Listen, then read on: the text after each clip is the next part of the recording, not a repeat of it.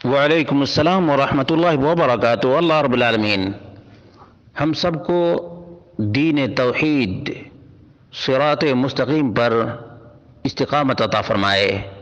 واقعتاً سوال بڑا ہی اہم ہے کہ ایک مسلمان جو ابھی ابھی اسلام میں داخل ہوا ہے وہ اپنے بھائی بہن اور دیگر رشتہ داروں سے کیسے تعلقات رکھے، جبکہ وہ لوگ کفر، شرک، جادو ٹونے بھی بار بار کر چکے ہیں، تو ان کے آنے سے ہمیشہ خطرہ لگا رہتا ہے۔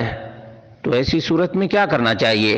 اس کا جواب یہ ہے کہ ان کو آنے دیں، لیکن ایسی جگہ پہ بٹھائیں جہاں پر کچھ بھی کرنے کا موقع نہ ملے۔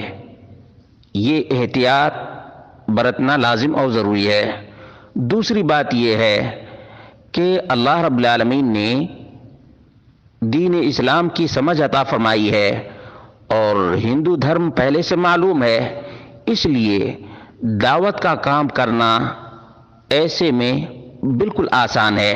مثال کے طور پر جو بھائی بہنوں کا غیر اسلامی عقیدہ ہے اس کو پوائنٹ ٹو پوائنٹ آؤٹ کرے اور اسلامی تعلیم سے آگاہ کرے، اور ان کے گھر میں بلانے کے بجائے بہتر یہ ہے کہ موقع بموقع خود بھائی بہنوں کی زیارت کرے، ان سے ملنے کے لیے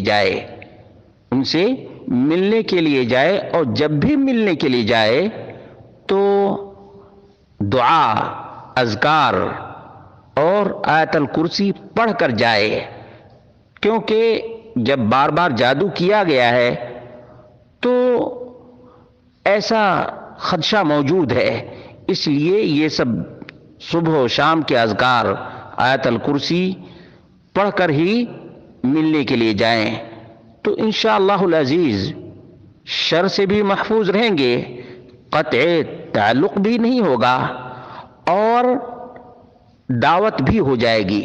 یعنی اسلام کی دعوت دینا اصل مقصد ہے،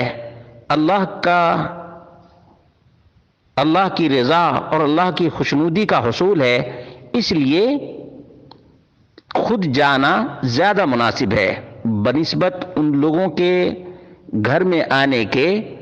بہتر یہ ہے کہ یہ خود ہی اپنے بھائی اور بہن سے ملنے کے لیے جائے، ان کے ساتھ اٹھے بیٹھے، تو انشاءاللہ زیادہ اس کا اثر اور فائدہ ہوگا۔ اللہ رب العالمین سے دعا کرتے ہیں، اللہ رب العالمین جس طرح سے اسلام کی ہدایت دی ہے اسی طرح سے اللہ رب العالمین مزید لوگوں کو اسلام کی طرف آنے اور توحید کو اپنانے کی توفیق عطا فرمائے۔